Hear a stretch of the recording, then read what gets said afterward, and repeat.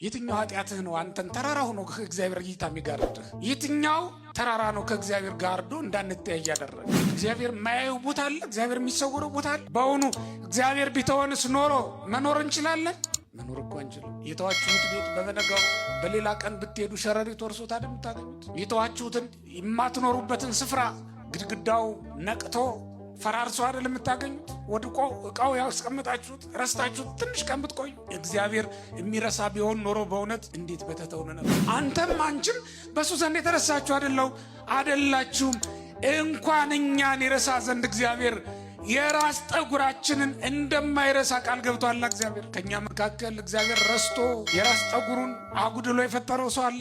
ከኛ መካከል እግዚአብሔር ረስቶ በጣቶቹ ላይ ጥፍር ያላበቀለለት ሰው አለ እንደ እግዚአብሔር? ከኛ መካከል ረስቶ እግዚአብሔር ዓይን ያልተከለለት ሰው አለ? ከኛ መካከል ረስቶ እግዚአብሔር አካል ያጎደለበት ሰው አለ?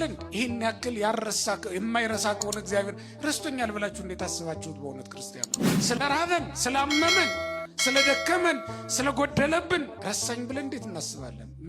እግዚአብሔር ረስቶ ተሳስቶ ፀሐይ ዘግይታ ታውቃለች? እስኪ ንገሩኝ፣ ዘግይታ ታውቃለች? አታውቅም።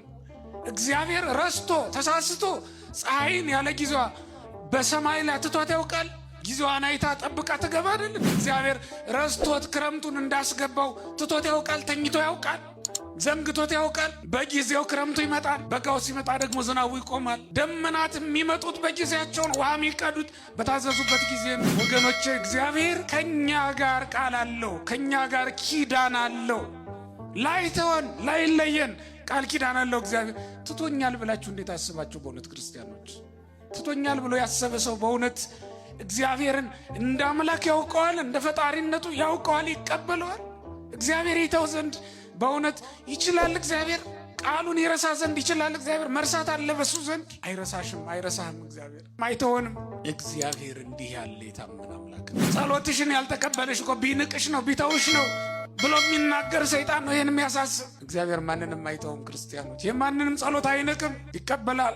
እኛም ዛሬ ምንም እንኳን ኃጢአት እያባበለች ወስዳ በሰይጣን እጅ ብታስገባንም እግዚአብሔር ግን አይተውም። ገንዘቦቹ ነና በደሙ የገዛን፣ ገንዘቦቹ ነና መስቀል ላይ ወጥቶ መከራ የተቀበለልን፣ በግርፋቱ በሰንበሩ በደሙ በመከራው የገዛን ያዳነን ፈውስን የሰጠን እሱ እግዚአብሔር ጌታችን። የተሻለው ቅዱሳን እኮ አሉት በበረሃ ቆመው የሚያገለግሉት ከምስጋና በቀር ሌላ ጉዳይ ሌላ ግብር የሌላቸው በጣም ብዙ ቅዱሳን አሉት እግዚአብሔር። ከአንደበታቸው እንደ ጥሩ ውሃ ምስጋና ብቻ የሚፈስ እውነትና ሐሰቱ የተቀላቀለብህ አንተንም እግዚአብሔር ትቶ አያውቅም። እስከ ዛሬ ድረስ ይመግብሃል፣ ጤናህን ይጠብቃል እግዚአብሔር። እንደነዚያ ቅዱሳን ሁሉ ዛሬም ምግብናውን አላቋረጥብንም እግዚአብሔር። ይልቁንም አብልጦ እያደረገልን ነው።